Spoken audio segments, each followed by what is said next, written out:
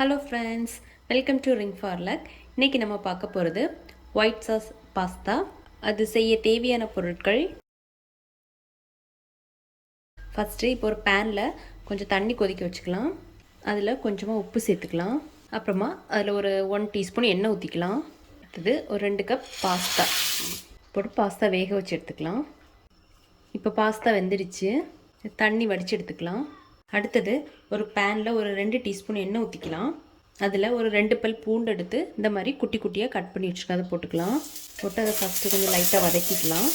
அதுக்கப்புறமா அதில் ஒரு வெங்காயம், ஒரு பாதி கேப்சிகம், ஒரு சின்ன பீஸ் கேரட் இவ்வளோ போட்டு வதக்கிக்கலாம்.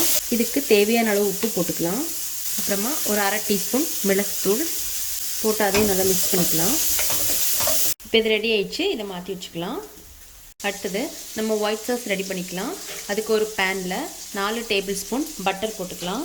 அதில் ஒரு 4 டேபிள் ஸ்பூன் மைதா மாவு போட்டுக்கலாம்.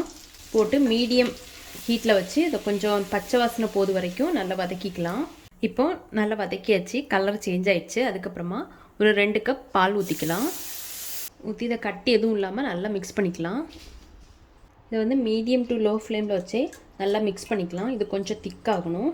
இப்போ கொஞ்சம் திக்காயிடுச்சு. அதுக்கப்புறமா அதில் தேவையான அளவு உப்பு, 1/2 டீஸ்பூன் மிளகுத்தூள், 1/2 டீஸ்பூன் சில்லி ஃப்ளேக்ஸ், ஒரு 1/2 டீஸ்பூன் ஒர்கானோ இவ்வளோ போட்டு நல்லா மிக்ஸ் பண்ணிக்கலாம்.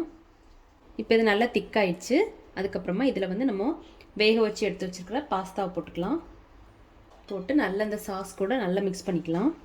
அதுக்கப்புறமா நம்ம ரெடி பண்ணி வச்சுருக்கிற அந்த காயும் போட்டுக்கலாம்.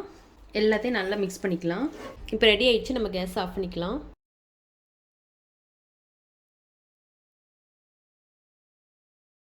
அவ்வளோதான், இப்போ ஒயிட் சாஸ் பாஸ்தா ரெடி ஆயிடுச்சு. நீங்களும் வீட்டில் ட்ரை பண்ணி பாருங்கள். பிடிச்சிருந்தா லைக் பண்ணுங்கள், சப்ஸ்கிரைப் பண்ணுங்கள். தேங்க்ஸ் ஃபார் வாட்சிங்.